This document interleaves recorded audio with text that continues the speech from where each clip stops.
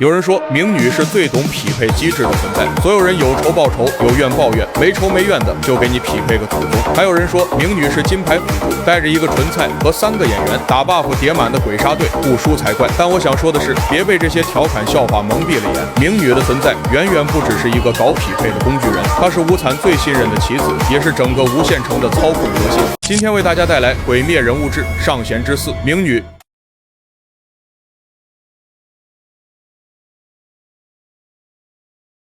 还在人类时期，名女只是个靠弹琵琶糊口的女人，她没什么名气，生活贫苦，丈夫整天赌博，连她演奏时唯一像样的衣服都被拿去典当。那一刻，愤怒的名女抡起锤子，把丈夫活活打死。可生活还得继续，她穿着破破烂烂的衣服去演奏，客人们看她样子不耐烦，可当她那双僵硬颤抖的手拨动琴弦时，竟弹出了诡异又动人的音色，客人们都称赞不已。从那以后，名女的琵琶声变了，她每杀一次人，音色就越发奇异，越发动人。直到有一天，她竟把鬼武士无惨当作下一个目标，结果攻击失败，被无惨轻松制服，但无惨却对他产生了兴趣，把他变成了鬼。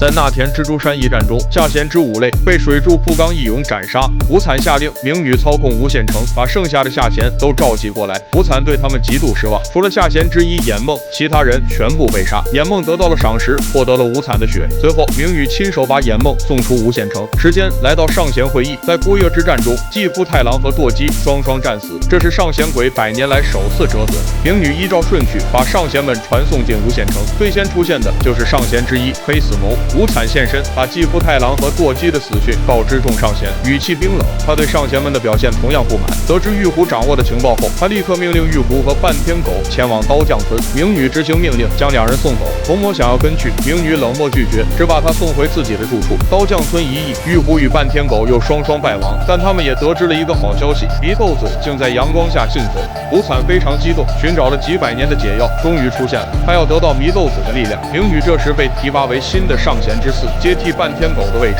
他制造了无数眼球分身，收集情报。短短时间，他掌握了6成鬼杀队队员的住处，还在不停搜寻祢豆子和产巫夫的下落。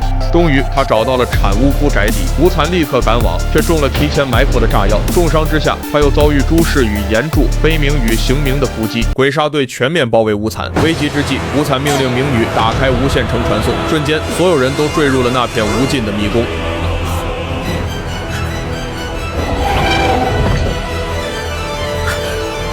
鬼杀队坠落无限城后，四散寻找无惨的踪迹。炼柱甘露寺密离和蛇柱一黑小八内率先遇到名女，他依靠操控无限城的能力，轻松避开2人的攻击。与此同时，他还改变地形，把霞柱石头无一郎直接送到上弦之一黑死谋的面前。随着一窝座、童魔、黑死谋3位上弦相继战死，无惨恢复身体，杀死了朱氏，但密离和小八内仍旧无法斩断名女的脖子。就在这时，御史郎悄然现身，他在不惊动名女的情况下，入侵了他的大脑，夺走了他的视觉，并切断了无惨的控制。他用名女的眼睛向无惨传递假情报，密离和小八内已死。无惨信以为真，却没料到2人早已赶往战场，支援炭治郎与富冈义勇。